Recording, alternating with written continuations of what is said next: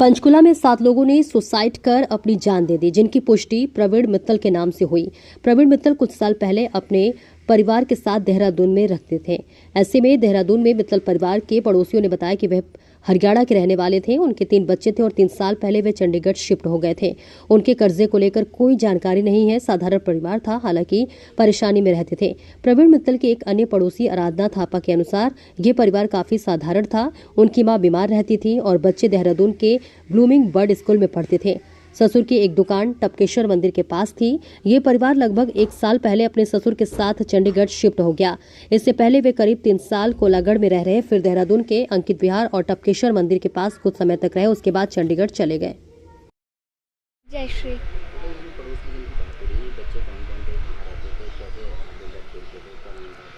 इनका नाम दुर्विका और डरिशा था। 2 जुड़वा बहनें थी और एक उनका भाई था बड़ा, 3 साल पता नहीं कितना साल बड़ा था, बट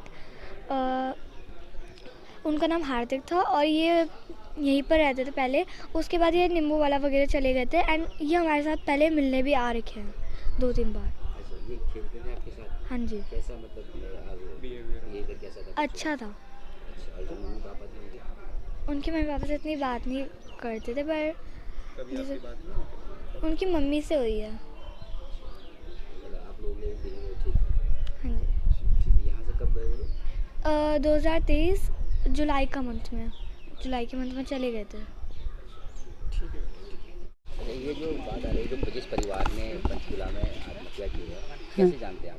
हमारे पड़ोस में रहते थे किराए पे और यहाँ 3 साल रहे होंगे। 3 साल वहाँ रह के चले गए थे वहाँ हरियाणा चंडीगढ़। तो मैंने नंबर था ही मेरे पे, मैंने फ़ोन करा, वो बिजी आता था, नंबर फ़ोन ही नहीं उठाया उन्होंने। परेशान होंगे तभी तो फ़ोन नहीं उठाया होगा उन्होंने। क्या काम करते थे? एनजीओ में थे उनके पति और ससुर को दुकान खोल के दे रखी थी। बहू ने तो पेंशन भी बना के दी, माता पिता की, सास ससुर की पेंशन भी बनवाई बहू ने। यहाँ कितने टाइम रहे और कब? यहाँ तो 3 साल रहे हैं लगभग। और चले कब गए फिर यहाँ से?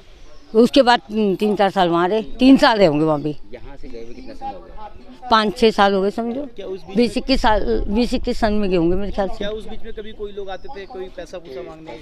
ऐसे कभी सुना ही नहीं, ऐसी कोई बात ही नहीं हुई, कभी कोई बात नहीं सुनी हमने। बस यही कहा उसने कि किराया बढ़ा रहे थे, हमने इसलिए खाली करा। कितने लोग थे फैमिली में?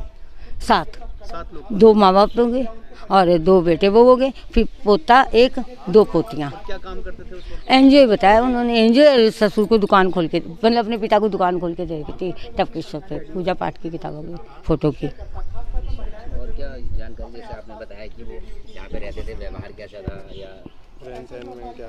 ठीक, अपने में मस्त है, अपने में रहते थे। वो ये नहीं था कि यहाँ बैठ वहाँ बैठ, ऐसा नहीं था उनका। अपने का फुर्सत ही नहीं थी उस लेडीज को। वैसे रहने वाले कहाँ के थे? हरियाणा बताती थी, भाषा से भी हरियाणवी भी लगते थे। मेरा माँ से भी नहीं मिली, मरते समय कोरोना था, माँ के पास तो कह रही मेरी मम्मी आती भी तो फिर मेरे सास ससुर सोचते थे कोई लड़की के यहाँ का खा रहे। मानते हैं ना, परहेज मानते हैं थोड़ा। हाँ, लव मैरिज हो गया, बता रही थी लव मैरिज।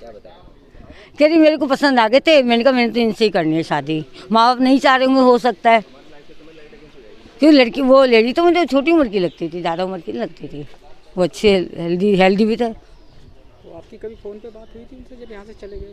जब तक यहाँ रहे तब तक तो फ़ोन में बात होती थी। जब हरियाणा गए उन्होंने एक बार फ़ोन नहीं उठाया।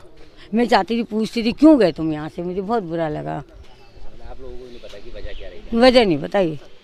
वो वैसी धार्मिक बातें करती थी, जैसे ज्ञान नहीं देते ऐसी बातें थी उसके अंदर।